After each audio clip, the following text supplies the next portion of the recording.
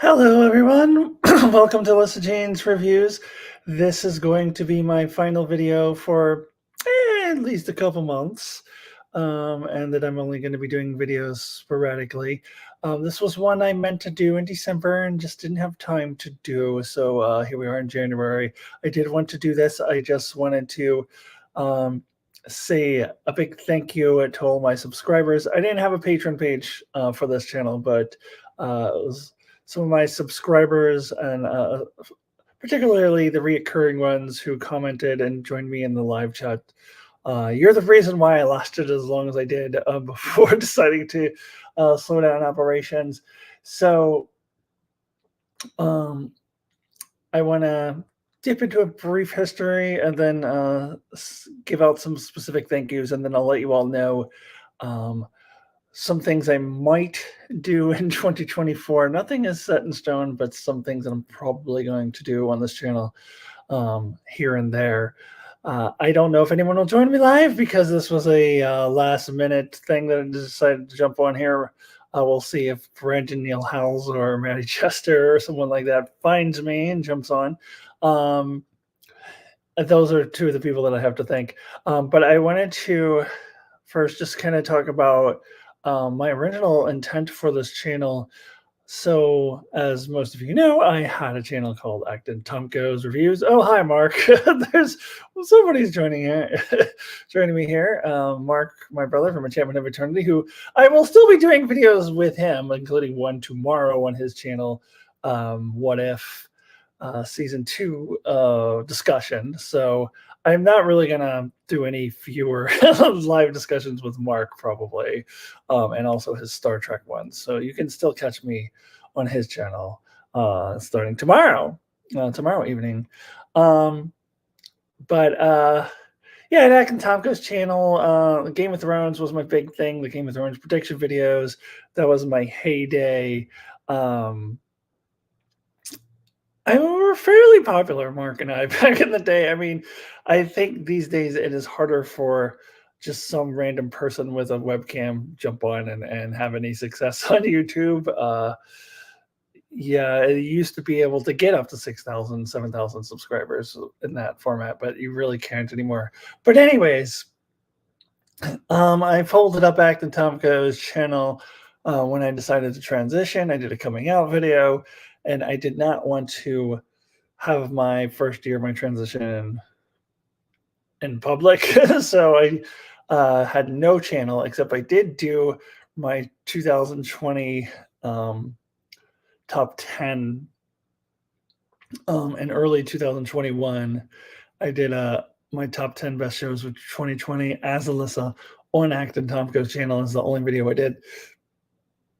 So it was always a plan to come back about a year after transitioning, which was August 2021. So it was always my plan to come out and do Alyssa Jean's Reviews, where I wanted to just kind of talk about my transition, maybe pay it forward to some of the other to the trans community, because I had some trans YouTubers that I had watched that really helped me in making my decision and my coming out. So I wanted to do that. And then, of course, while I'm at it, may as well review some Star Trek and all the other things that I like to review and MCU and stuff like that.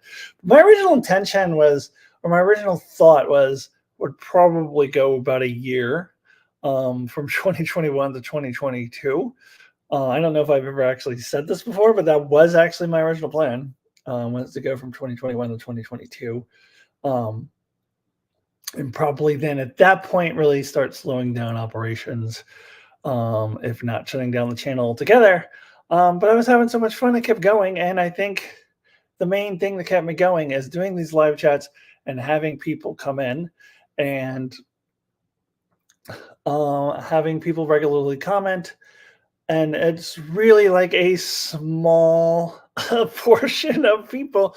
So, I mean, here's the thing, like, I have, as of right now, I haven't even quite reached 500 subscribers. I think I'm 491 the last I checked.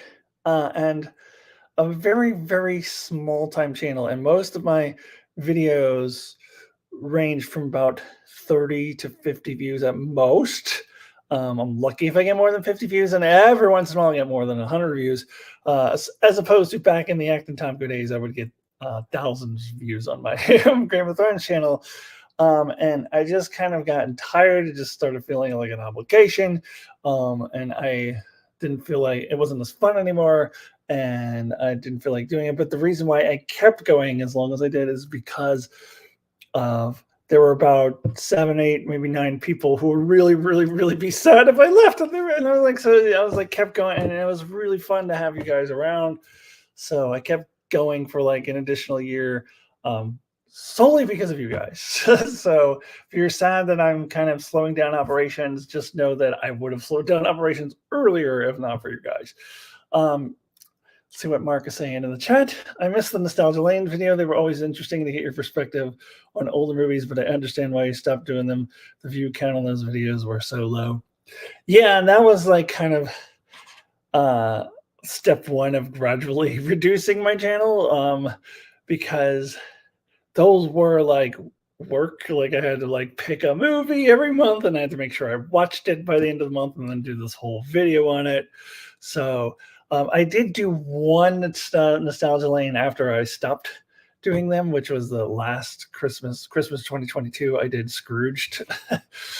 I believe I had stopped doing them a couple months earlier, like September, October or something. I did them for one full year, actually. I did Nostalgia Lane for one full year from September to September, I think, or October to October, something like that.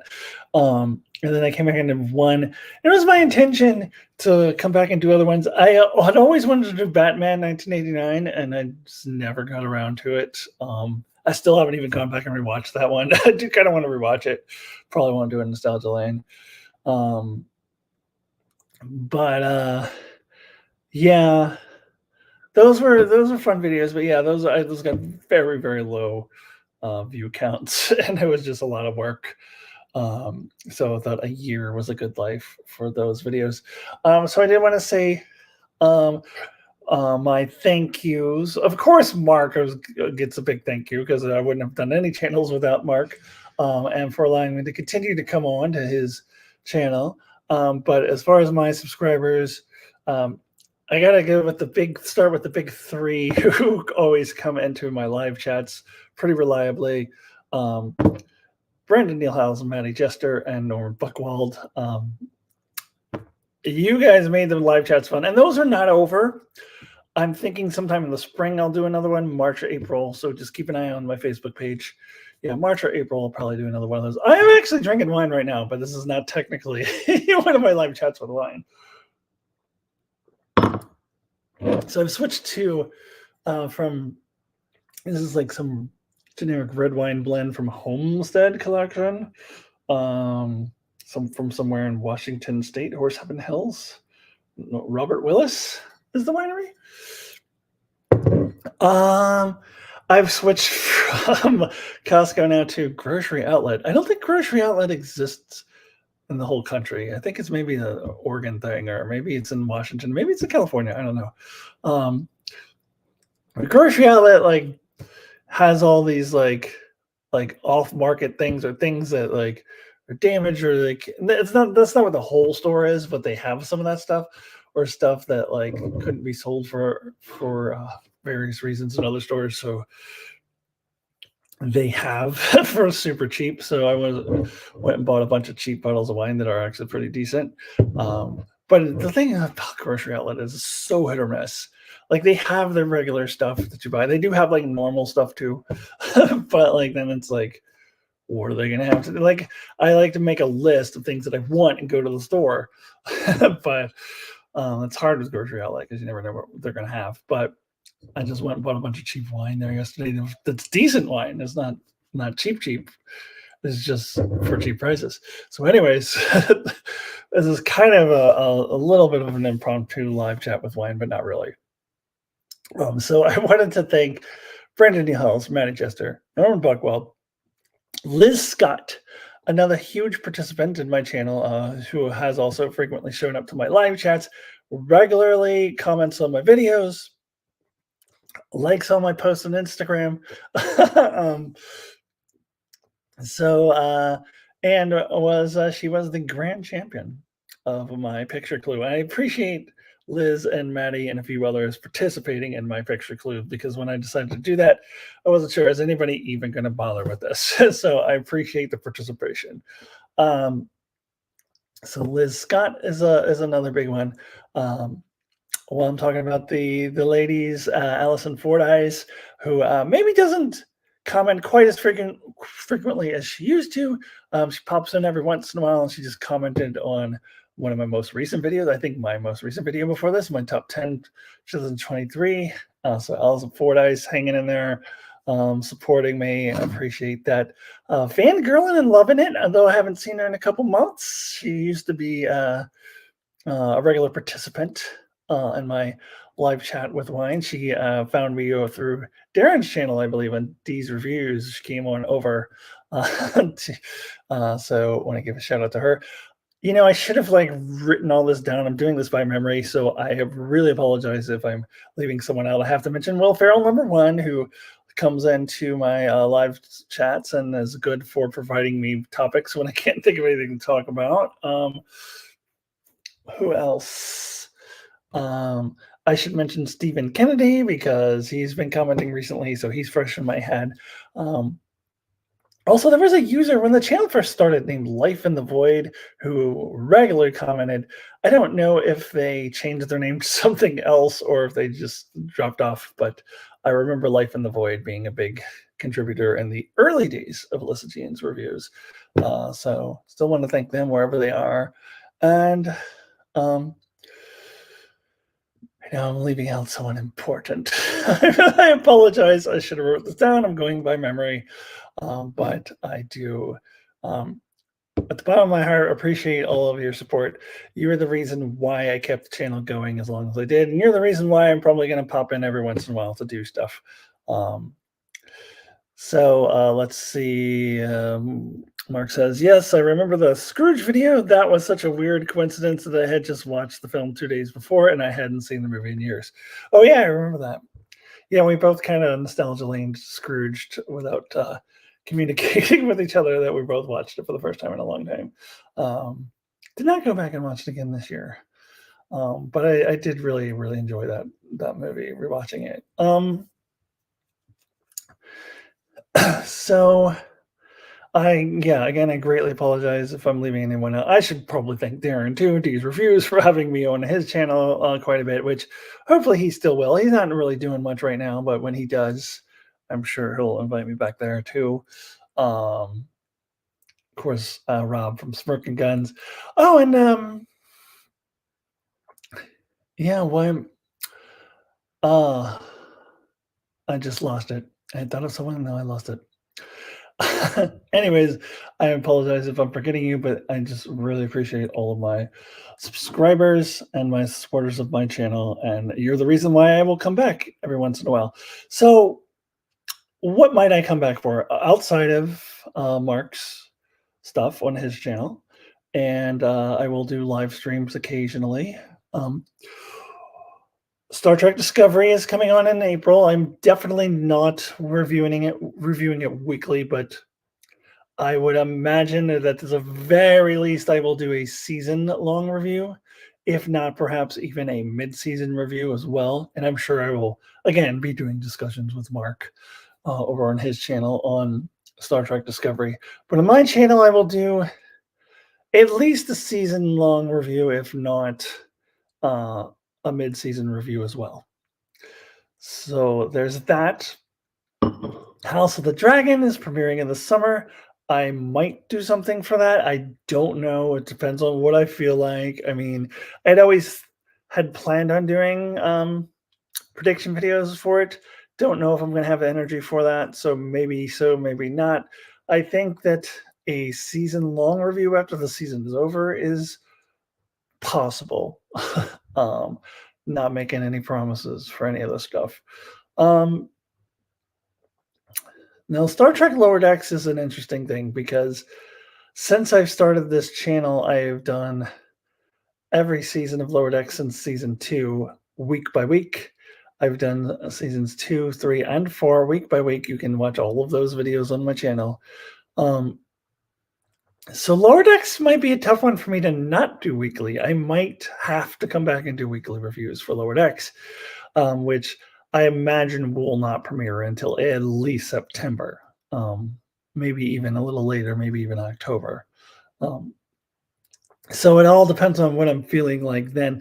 If I don't do weekly reviews, then surely I will do half season review and full season review. And don't call me Shirley. Yes, I get it. Okay. So, yeah, so I will do that. So, and I think I mentioned this in my 2023 top 10. Probably I'm going to do a 2024 top 10 because I still am going to probably keep track of that like as the year goes on.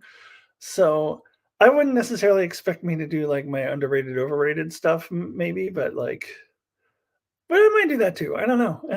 This is all going to depend on what I feel like doing.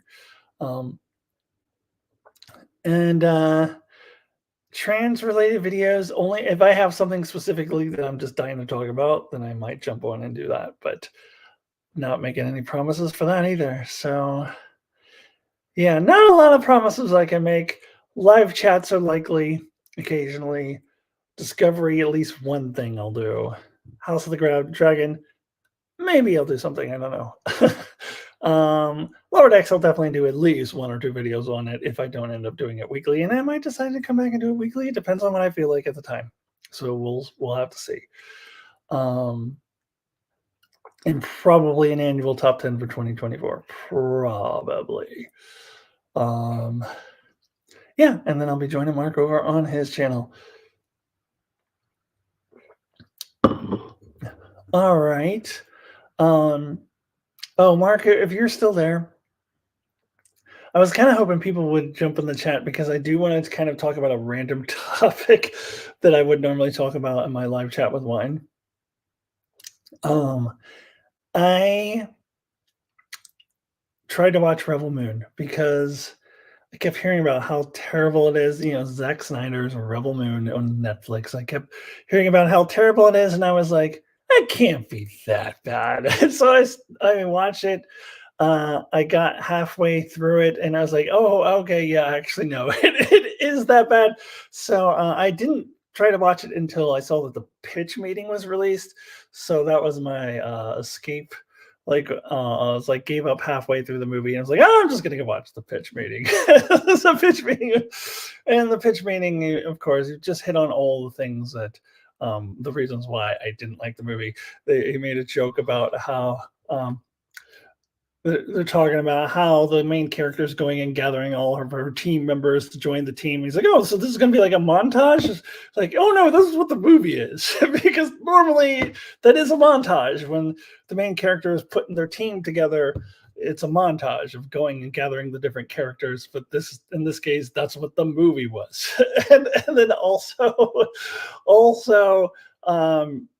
they said in the pitch meeting, it says at the beginning, so we're just going to take all the best parts of all these other movies and make alternate versions in our movies. Well, if they're really good in movies, then I'm sure it'll be good. So, and I thought that exactly, like, especially the Star Wars cantina scene. I was like, that's the Star Wars cantina scene.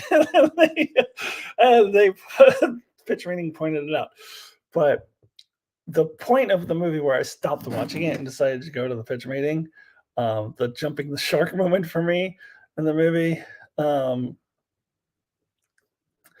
yeah. Why is Zack Snyder so popular? Like, I don't, he's not very good. Like, what has he done that's been quality? Like, I don't know. So like, yeah, so the whole movie is just taking scenes from if you watch the pitch meeting, like what he says, that's exactly what it is, going and taking scenes from other movies. And it's like the main character going and gathering up her team, and which should be a montage. But the scene that like really really jumped the shark for me, that where I stopped watching it and went and watched the pitch meeting, which unfortunately the pitch meeting did not bring this up. And I think it's because Ryan George is not really a Trekkie. He's done the only Star Trek thing I think he's ever done is Star Trek 2009. So he's not a Trekkie. He's not a fan of Star Trek.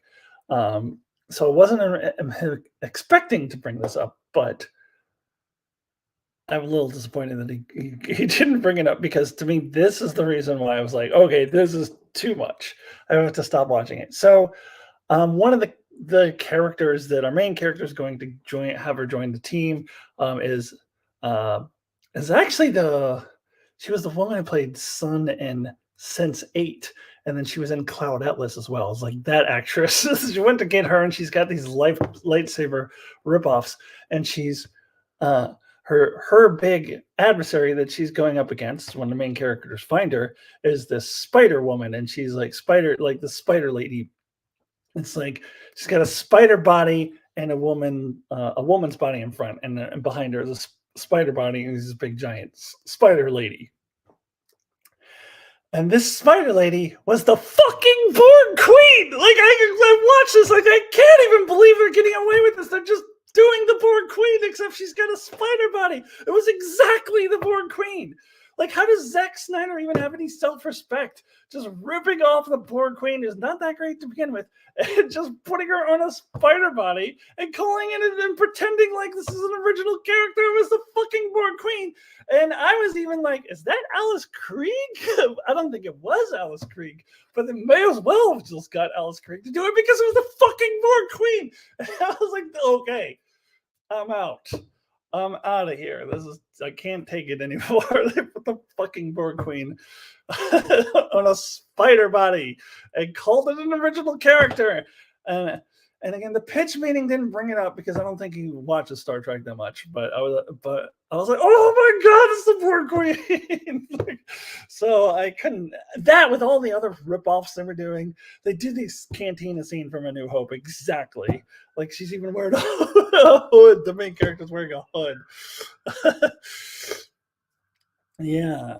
Yeah, I don't know why no one's talking about that, the Borg Queen. Like, am I the only one who noticed that? I was like, that's the fucking Borg Queen. Like, it's exactly. Like, I couldn't take it anymore. So, yeah. Yeah, I don't like Zack Snyder either. I don't think I ever watched 300, but yeah, anyways, so I did kind of want to get that off my chest while I'm on here live. Little bonus for your subscribers, which most of you will watch in the archives. So I'm going to go ahead and skedaddle. If you want to see me soon, you can go over to Enchantment of Eternity and see me tomorrow talking about What If Season 2. I believe we're doing it at 6 p.m. West Coast time, 9 o'clock East Coast time, Monday, January 8th. So come join us there. And what else? What also prevented me from watching the film is I heard it was doing the plot from The Magnificent Seven, so I stayed away, saw that enough with The Mandalorian. Yeah, I mean, kind of. The Magnificent Seven, as if they didn't have a montage and spent the whole movie gathering up their team. Yeah. Yeah, all it was just like ripoffs of different movies. It's like, how is this good? Like, why does Zack Snyder even have a job, let alone a good reputation? I don't get it. And anyways, yeah, so you can catch me tomorrow on Enchantment of Eternity. And then keep your eye out on my Facebook feed for sometime in March or April. I'll do a live chat with Wine, and then I'll let you know about what I'm going to do for Discovery. Probably nothing sooner than May when it comes to Discovery, because I'll probably do like a mid-season review, and it starts in April. So, yes, you should watch Leave the World Behind.